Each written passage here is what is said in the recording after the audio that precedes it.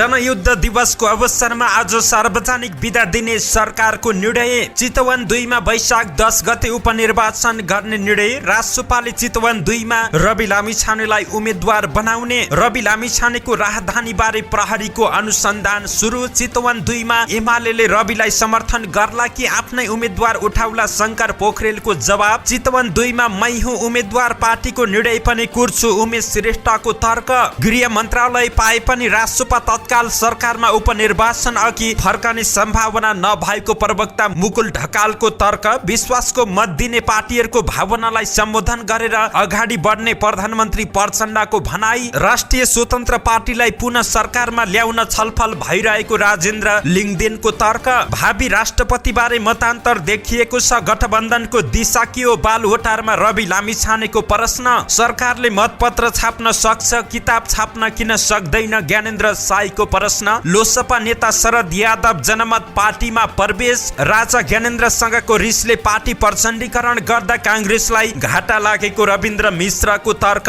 राष्ट्रपतिको आलोचना गरेको प्रति एमाले सांसदको आपत्ति। राष्ट्रपति एमालेकै हुन्छ, कांग्रेसको ढोक्सामा माछा पर्दैन, पृथ्वी सुब्बा गुरुङको तर्क। रेशम चौधरीको रिहाई जरुरी भएको माधव नेपालको भनाई। संसदमा अर्थतन्त्र बारे पूर्व अर्थमन्त्री कार्की र अर्थमन्त्री पौडेलको जुवारी। एसिड पीडित पवित्राले पाइन् न्याय, दोषी विरुद्ध 7 वर्ष कैद र 10 लाख क्षतिपूर्तिको फैसला। सेक्न बालेको कोइलाको धुवामा निसासिएर शिशुको मृत्यु, आमा बुवा बेहोस। सन्दीप लामिछाने अभ्यासका क्रममा घाइते भएको हल्ला निराधार भएको निष्कर्ष। दर्शकबिन नमस्कार, तपाईँ हेर्दै हुनुहुन्छ नेपाल पोस्ट, म गोविन्द चापागाई। आजमिति विक्रमसम्म 2079 साल फागुन 1 गते सोमबार, इस्वीसम्म 2023 फेब्रुअरी 13 तारिक। यसै गरी आज फागुन कृष्ण अष्टमी तिथि सँगै कुम्भ संक्रान्ति, विश्व रेडियो दिवस पनि परेको छ। दर्शकबिन, हिजो नेपाल पोस्टको युट्युब च्यानल ह्याक भएको हुनाले शुभ बिहानी सँगै बिहान 5 बजेको समाचार समयमा प्रस्तुत गर्न सकेनौं। केही समय हाम्रो पहुँच भन्दा बाहिर रहँदै गर्दा यस च्यानलमा विभिन्न अनावश्यक भिडियोहरू अपलोड भएका थिए। धेरै संघर्षपछि नेपाल पोस्ट युट्युब च्यानल भने फिर्ता ल्याउन सफल भएका छौं। अरु कार्य भने जारी रहेको छ। यस विषयले तपाईहरुमा पर्न गएको असुविधा प्रति क्षमा प्रार्थी छौं। आशा छ तपाईको माया कहिल्यै पनि घट्ने छैन। आउनुहोस् समाचारमा प्रवेश गरौं। देश तथा विदेशमा घटेका घटना, राजनीति खबर, विशेष गरी यति बेला राष्ट्रपतिको द्वन्द्व विभिन्न पार्टीहरुमा चर्किएको छ। रवि लामिछाने चितवन 2 मा उठ्ने भएपछि फेरि पनि अनेकौं टीका टिप्पणीहरु भइरहेका छन्। विभिन्न नेताहरूको तर्क, हिजो संसद भवनमा देखिएको नेताहरूको आक्रोश लगायतका विषयलाई समेट्दै आजको समाचार प्रस्तुत गर्नेछौं। सकेसम्म देशैभरिका अपडेट अनि देशको पछिल्लो राजनीतिक अवस्था के कस्तो रहेको छ त यस बारेमा जानकारी दिनेछौं। हामीलाई कुन ठाउँदेखि हेर्दै हुनुहुन्छ अनि कस्तो लाग्दैछ त हामी प्रति कुनै प्रतिक्रिया छन् भने तलको कमेन्ट बक्समा आफ्नो प्रतिक्रिया उल्लेख गर्न सक्नुहुन्छ। तपाईको प्रतिक्रियालाई मनन गर्दै अगाडि बढ्नेछौं। आउनुहोस् शुभ बिहानी सँगै समाचारको दैलो उघारौं। जनयुद्ध दिवसको अवसरमा आज सार्वजनिक बिदा दिने सरकारको निर्णयको प्रसंगबाट। सरकारले जनयुद्ध दिवस फागुन 1 मा सार्वजनिक बिदा दिने निर्णय गरेको छ। हिजो आइतबार दिउँसोको मन्त्री परिषद बैठकले फागुन 1 गते आज जनयुद्ध दिवसका अवसरमा सार्वजनिक बिदा दिने निर्णय गरेको हो। मन्त्री परिषद बैठकले नेपालको राजनीतिक परिवर्तनमा जनयुद्धले पुर्याएको योगदानको कदर गर्दै सार्वजनिक बिदा दिने घोषणा गरेको छ। जनयुद्धको नेतृत्वकर्ता पार्टी माओवादी केन्द्रले प्रत्येक वर्ष फागुन 1 गतेलाई जनयुद्ध दिवसको रूपमा मनाउँदै आएको छ। परिवर्तनका पक्षमा भएका सबै आन्दोलन र क्रान्तिको सम्मानमा सरकारले सार्वजनिक बिदा दिने निर्णय लिएको हो। यसअघि पुस 27 लाई राष्ट्रिय एकता दिवसका रूपमा सरकारले सार्वजनिक बिदा दिएको थियो।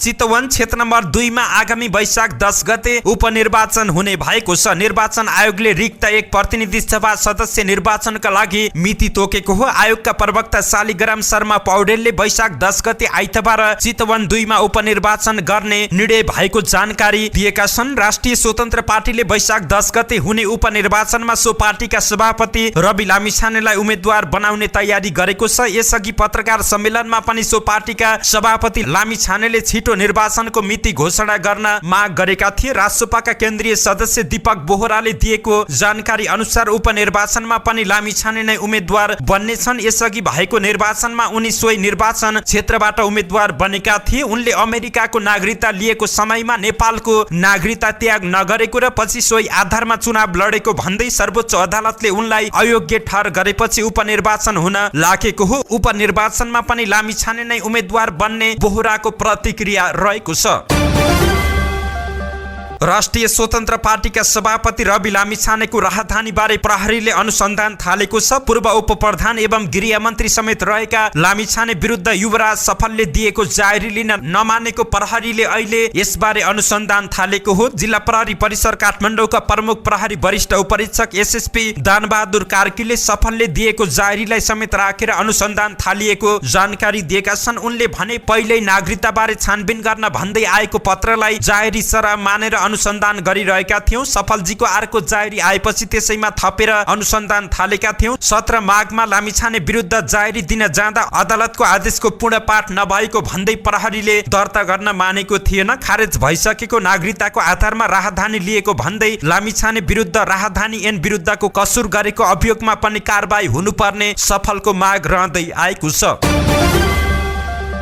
चितवन 2 मा वैशाख 10 गते उपचुनाव घोषणा हुने बित्तिकै राजनीतिक वृत्तमा चर्चा बढेको छ। नागरिकता विवादमा दोषी देखिएका कारण सत्ता बहिर्गमित रासोपा सभापति रवि लामिछाने यसअघि उक्त क्षेत्रमा विजयी भएका थिए। लामिछानेको पद गुमेसँगै खाली चितवन 2 को प्रतिनिधि सभा सिटमा चुनाव हुन लागेको हो। उक्त क्षेत्रबाट 5 वर्ष अघि जितेका एमाले सांसद कृष्ण भक्त पोखरेल लामिछानेसँग पराजित हुन पुगेका थिए। उनले तेस्रो मत पाउँदा कांग्रेसका उमेश श्रेष्ठले दोस्रो मत पाउँदै लामिछानेका प्रतिद्वन्दी बन्न पुगेका थिए। हाल माओवादी केन्द्र अध्यक्ष पुष्पकमल दाहाल प्रचण्ड एमाले रासोपा सहितको समर्थनमा प्रधानमन्त्री बनेका अवस्थामा एमालेले आफ्नो उम्मेद्वार उठाउला कि विगतमा जितेका रवि लामिछानेलाई नै साथ देला भन्ने प्रश्न उठेको छ। अहिले यो जिज्ञासा एमाले तर्फ पनि तेर्सिएको छ। लामिछानेलाई एमाले अध्यक्ष केपी ओलीको राम्रै ढाडस रहेको घटनाक्रमहरूले देखाएको छ। उसो त नागरिकतासँगै रवि लामिछाने राहदानी विवादमा पनि मोचिएकाले के होला भन्ने प्रश्न पनि जीवितै रहेको छ। एमाले महासचिव शंकर पोखरेललाई चितवन 2 मा एमालेले के गर्छ भन्ने प्रश्नमा पोखरेलले भने सत्ता गठबन्धन बनेको हुँदा त्यो स्पिरिटलाई कसरी कायम राख्ने भनेर छलफल हुनु स्वाभाविक हो। भर्खरै यो न्युज उपचुनावको आएको छ। हामी पार्टीमा र गठबन्धनमा यसबारे विस्तृत छलफल गर्नेछौँ। उनले यसबारे छिट्टै निर्णय हुने पनि बताएका छन्।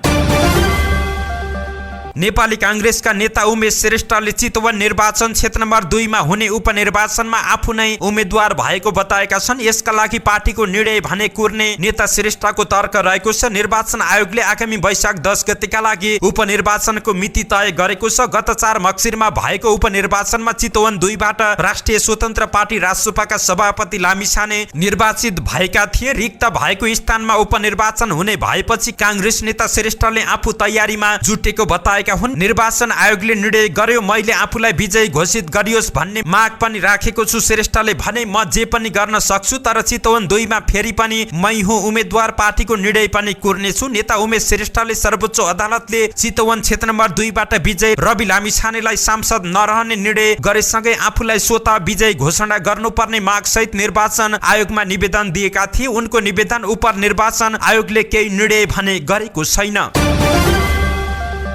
एक साता अघि मात्रै मन्त्रीहरू फिर्ता बोलाएको राष्ट्रिय स्वतन्त्र पार्टीलाई फेरि सरकारमा ल्याउन सत्तारूढ गठबन्धन भित्र पहल भइरहेको छ। हिजोको संयन्त्र बैठकपछि राष्ट्रिय प्रजातन्त्र पार्टी रापरपाका अध्यक्ष राजेन्द्र लिङदेनले रासोपा छिटै सरकारमा फर्किन सक्ने संकेत गरेका थिए। तर रासोपा प्रवक्ता तथा महामन्त्री डाक्टर मुकुल ढकाल भने तत्काल यस्तो सम्भावना नरहेको बताएका छन्। चितवन 2 मा उपचुनाव भएपछि मात्रै सरकारमा सहभागिताको विषयमा पुनः विचार गर्न सकिने उनको भनाइ रहेको छ। ढकालले फेरि गृह मन्त्रालय पाए सरकारमा जाने विषयमा पार्टीभित्र कुनै छलफल नभएको पनि स्पष्ट पारे। गृह हामीलाई दिने भनेर प्रस्ताव गरिएको मलाई जानकारी छैन, दिने भए पहिल्यै दिन्थे नै उनले भने। जे भए पनि हामी उपनिर्वाचन अघि सरकारमा फर्किने कुरा छैन। प्रधानमन्त्रीबाट रासोपालाई फेरि दिने भनेर ठोस प्रस्ताव नआएको पनि डाक्टर ढकालले बताएका छन्। उपनिर्वाचन पछि त्यस बेलाको परिस्थिति हेरेर निर्णय लिने उनको उल्लेख रहेको छ। पार्टीका उपसभापति तथा पूर्व मन्त्री डोल प्रसाद अर्याल पनि सरकारमा फेरि सहभागिता सहभागिताको विषयमा पार्टीभित्र छलफल नभएको बताएका छन्। परिस्थिति सकारात्मक रूपमा विकास भए सोच्न सकिने भए पनि राष्ट्रपतिको चुनाव अघि सम्भावना न्यून रहेको उनले बताएका छन्। संयन्त्र बैठकमा अन्य दलका नेताहरूले राष्ट्रपालाई सरकारमा फर्किन आह्वान गर्नु स्वाभाविक भएको पनि उनको तर्क रहेको थियो।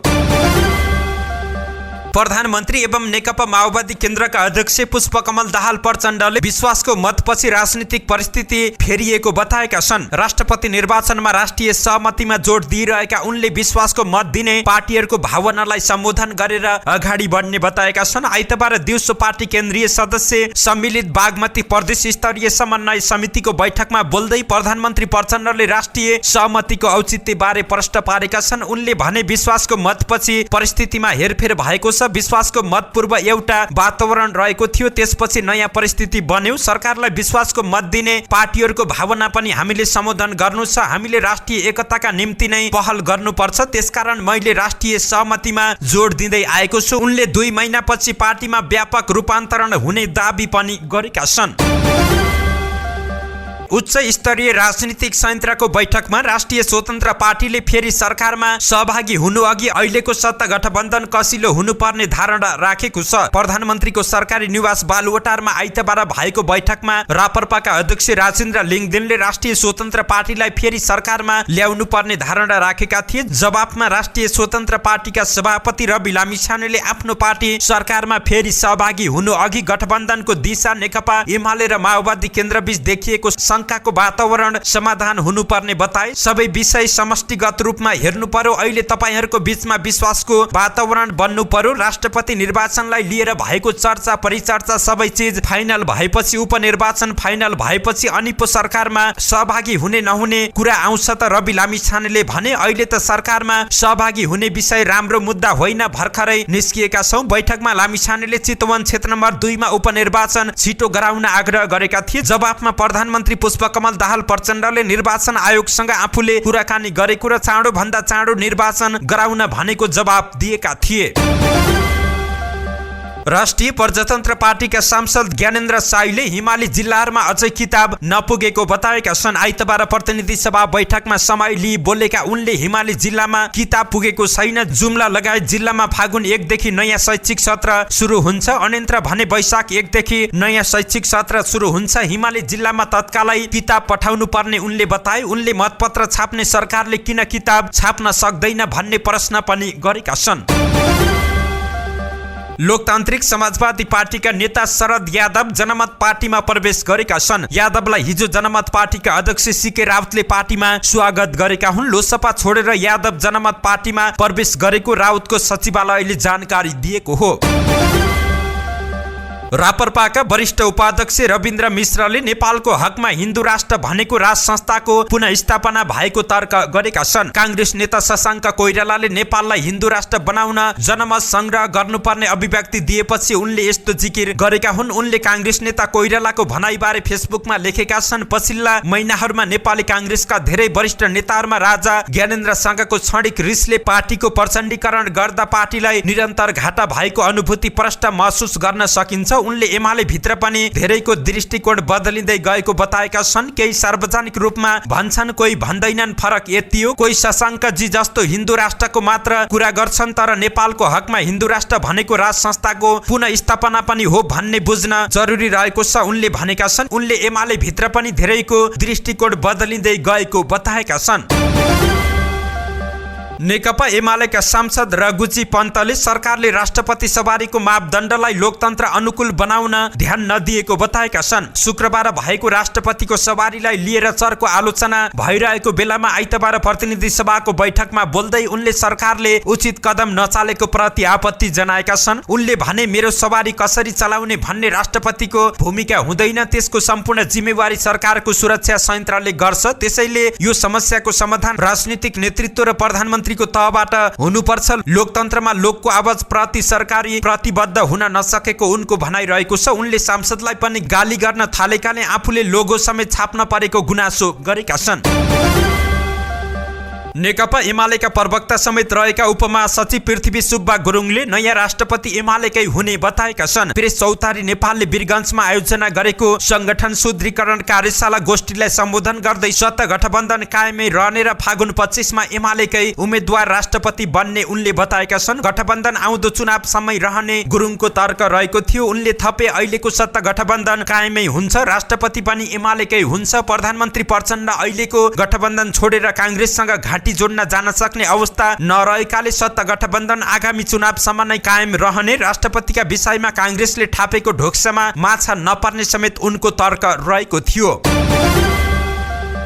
नेकपा एकीकृत समाजवादीका अध्यक्ष माधव कुमार नेपालले रेशम चौधरीलाई रिहा गर्नुपर्ने बताएका छन्। धनगढीमा आइतबार आयोजित कार्यक्रममा बोल्दै पूर्व प्रधानमन्त्री समेत रहेका नेता नेपालले राजनीतिक प्रकृतिका मुद्दालाई चाँडो टुङ्गो लगाउनु पर्नेमा जोड दिएका छन्। शान्ति प्रक्रियासँग जोडिएका विप्लवहरूका मुद्दा हाम्रै पनि कतिपय मुद्दा मामिला रहेका छन्। नेपालले भने उहाँ रेशम चौधरीलाई रिहा गर्न आवश्यक रहेको छ। सुदूरपश्चिममा एमाले नेतृत्वको सरकारलाई रेशम चौधरी संरक्षक रहेको नागरिक उन्मुक्ति पार्टीले विश्वासको मत नदिएपछि ढलेको थियो। माओवादी केन्द्र समेतको सहभागिता रहेको सरकार ढलेपछि सबैभन्दा ठूलो दलको हैसियतले कांग्रेस नेतृत्वमा सरकार बनेको छ र एकीकृत समाजवादी पनि सरकारमा सम्मिलित रहेको छ। तर यो सरकारले पनि 30 दिनभित्र विश्वासको मत प्राप्त गर्नुपर्ने हुन्छ। त्यसका लागि नागरिक उन्मुक्ति वा माओवादी केन्द्रका सांसदहरूको मत आवश्यक पर्छ। अर्को प्रसङ्गमा नेता नेपालले राष्ट्रपति सबैको सहमतिमा चयन हुने तर्क पनि दिएका छन्। उप प्रधानमन्त्री एवं अर्थमन्त्री विष्णु पौडेल र पूर्व अर्थमन्त्री ज्ञानेन्द्र बहादुर कार्कीबीच अर्थतन्त्रका सूचक र तथ्याङ्कबारे संसदमा जुवारी चलेको छ। आइतबार प्रतिनिधि सभाको बैठकमा बोल्दै पूर्व अर्थमन्त्री कार्कीले केपी शर्मा ओली नेतृत्वको सरकारले बिगारेको अर्थतन्त्रलाई शेरबहादुर देउवा नेतृत्वको सरकारले सुधारेको दाबी प्रस्तुत गरेका थिए। देउवा नेतृत्वको सरकारले 6% माथिको आर्थिक वृद्धि दर भएको अवस्थामा सरकार छोडेको भए पनि ओली नेतृत्वको सरकारले उक्त वृद्धि दर शून्यमा झारेको आरोप कार्कीले लगाएका थिए। कार्कीले वैदेशिक ऋणको तथ्याङ्क प्रस्तुत गर्दै पछिल्लो पटक देउवा नेतृत्वको सरकारले अर्थतन्त्रलाई लयमा लैजाने प्रयत्न गरेको समेत बताएका थिए। कार्कीको भनाइको प्रतिवाद गर्दै अर्थमन्त्री पौडेलले विगतमा आफू अर्थमन्त्री हुँदा सबै सूचक सकारात्मक अवस्थामा छोडेको दाबी गर्दै अहिले 55 वर्षपछि राजस्व अघिल्लो वर्षको तुलनामा नकारात्मक रहेको तथ्य प्रस्तुत गरे। तथ्य निर्मम नै हुन्छ, त्यसले कसैलाई बाँकी राख्दैन। 2/3 बहुमतको सरकारले सरकारबाट बाहिरिँदा अर्थतन्त्रका समस्त परिसूचक सकारात्मक थिए भन्ने तथ्य कुनै पनि तथ्याङ्क शास्त्रीले अस्वीकार गर्न सक्दैन। अर्थमन्त्री पौडेलले भने तथ्याङ्क सुविधामा प्रयोग गर्ने विषय होइन, तथ्याङ्कलाई जस्ताको तस्तै स्वीकार गर्नुपर्छ। तथ्याङ्कको विवेचनामा आफ्नो कोण हुन सक्ला, तर तथ्याङ्क नै हुन्छ। उनले तत्कालीन 2/3 बहुमतको सरकारले सरकार छोड्दा अर्थतन्त्रका समस्त परिसूचकहरू सकारात्मक रहेको दाबी पनि गरेका थिए।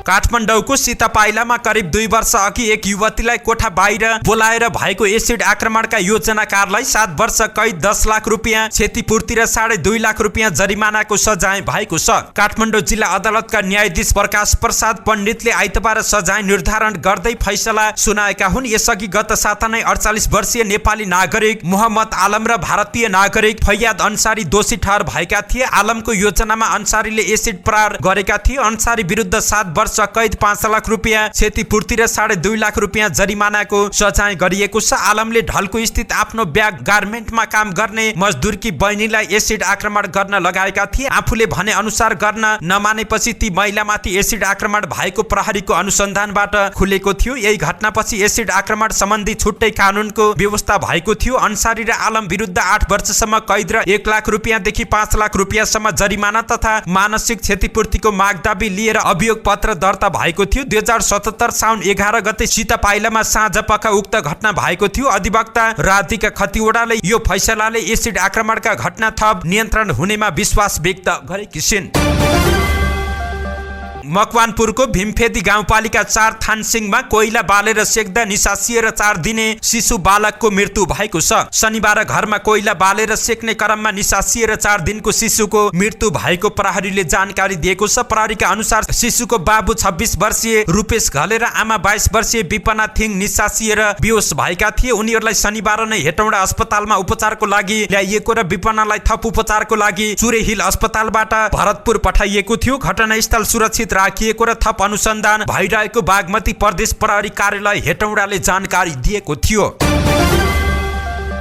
त्रिकोणात्मक एक दिवसीय श्रृङ्खलाको पूर्व सन्ध्यामा नेपालका प्रमुख स्पिनर सन्दीप लामिछाने घाइते भएको अपुष्ट हल्ला चलिरहेको छ। थुप्रै फेसबुक पेजहरूले चोटका कारण सन्दीपले पहिलो म्याच नखेल्न सक्ने पनि दाबी गरेका छन्। तर नेपाली टिमका फिजियो विक्रम नेउपानेले भने त्यस्तो हल्ला निराधार भएको बताए। सन्दीपलाई कुनै चोट नलागेको र नियमित अभ्यास गरिरहेको उनको भनाइ रहेको छ। नेउपानेले भने खोइ कसले गलत हल्ला चलाइरहेको छ मलाई थाहा भएन, उनी सामान्य अवस्थामा रहेका छन्, मजाले प्र्याक्टिस गरिरहेका छन्। नेपाल क्रिकेट संघ क्यानका म्यानेजर विनोद दासले पनि सन्दीप घाइते भएको बारे कुनै सूचना आफूलाई नआएको बताएका छन्। त्यसो भएको भए त हामीलाई जानकारी गराइन्थ्यो होला, मलाई अहिलेसम्म सूचना छैन उनले भने। स्कटल्यान्ड र नामिबियासँगको त्रिकोणात्मक श्रृङ्खलामा नेपालले पहिलो खेल मंगलबार नामिबिया विरुद्ध खेल्दैछ। पूर्व कप्तान सन्दीपले राष्ट्रिय टिममा 3 महिनापछि कमब्याक गरेका छन्। यसअघि उनलाई अनुशासन उल्लङ्घनको आरोपमा नेपाल क्रिकेट संघ क्यानले निलम्बन गरेको थियो। धन्यवाद। यस्तै ताजा समाचारको लागि नेपाल पोस्ट हेर्दै गर्नुहोला।